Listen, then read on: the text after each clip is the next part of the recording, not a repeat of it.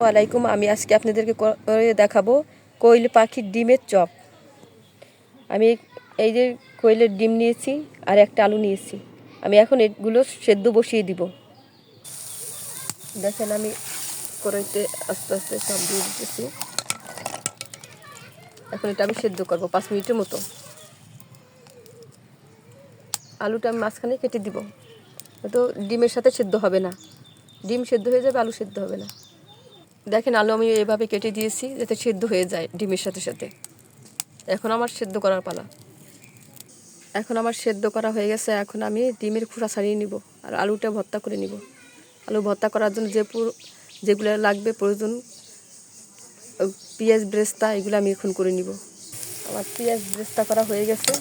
এখন পেঁয়াজের সাথে একটা কাঁচামরিচ দিয়েছি।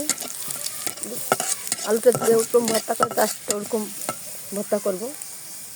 সাথে একটু এলাচের গুঁড়া অ্যাড করে দিব। দেখেন এর সাথে আমি তেলও নিয়েছি। বললাম যেরকম আলু ভর্তা করে জাস্ট সেরকমই করব। পার্থক্য হয়েছে এখানে আমি এলাচের গুঁড়া দিব। এখন স্বাদ মতো লবণ দিব আর এলাচের গুঁড়োটা সামান্য একটু এলাচের গুঁড়ো দিয়ে দিব। এখন আমি ভালোভাবে মাখিয়ে নিব।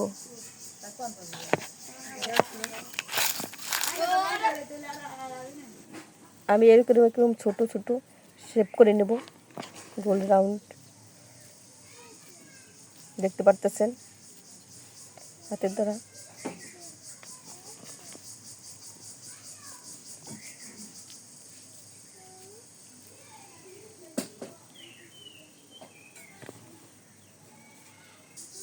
দেখেন ভিতরে এরকম পুরটা আমি করে দিব যাতে ডিমটা সহজে বসাতে পারে। জাস্ট আমি একটা আপনাদের দেখাইতেছি কিভাবে করতে হবে।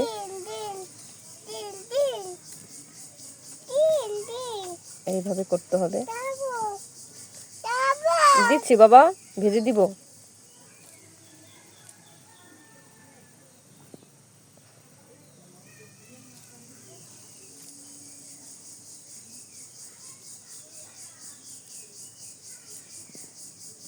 দেখেন আমার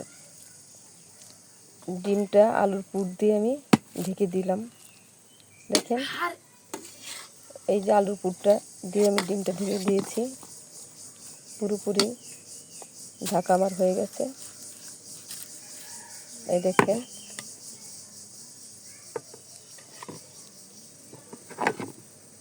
কোনোখানে ফাঁকা নেই। দেখছেন এই যে এদের উল্টোই দেখাইতেছি সুন্দরভাবে।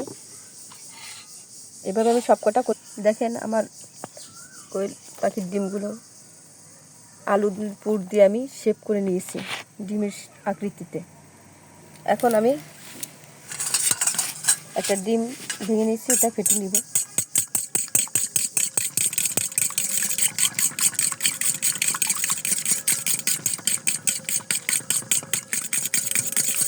ডিমটা আমি ভালোভাবে ফেটে নিব। এখন কড়াইতে আমি তেল বসিয়ে দিব। তেলটা গরম হতে থাকবে ততক্ষণ আমি পরের ডিমটা মিক্সড করে নিব। তেল দিয়ে দিলাম কড়াইতে। আমি তেলটা গরম হতে থাক, আমি ডিমটা ভালোভাবে মিক্সড করে নিব। দেখেন আমার তেলটা গরম হয়ে আসছে। এখন আমি ডিমগুলো একটা ডিম গুলাইছিলাম, ফেটেছিলাম ভালো করে, সেই ডিমের ভিতরে আমি এই পুরটা আমি দিয়ে দিলাম। এখন আমি ভালোভাবে মিক্সড করে আমি ছেড়ে দিব, তেলের ভিতরে ছেড়ে দিব।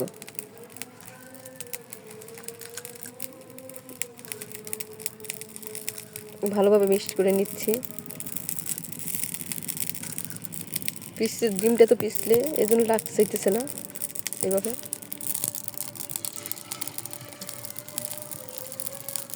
এক এক করে এইভাবে আমি দিয়ে দিব।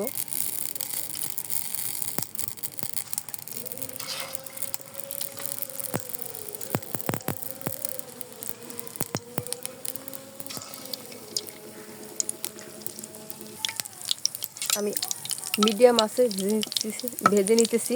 দেখেন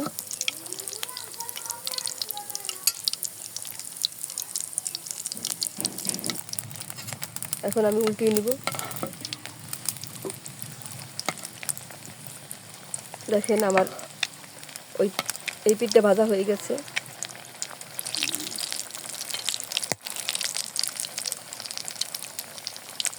এক মিনিটের জন্য ওই পিঠটা আবার ভেজে নিব।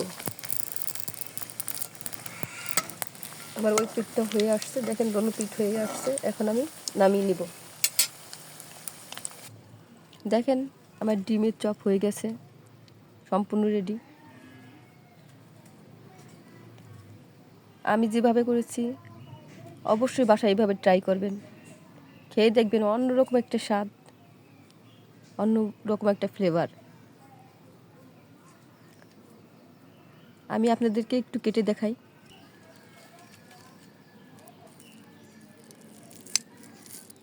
দেখেন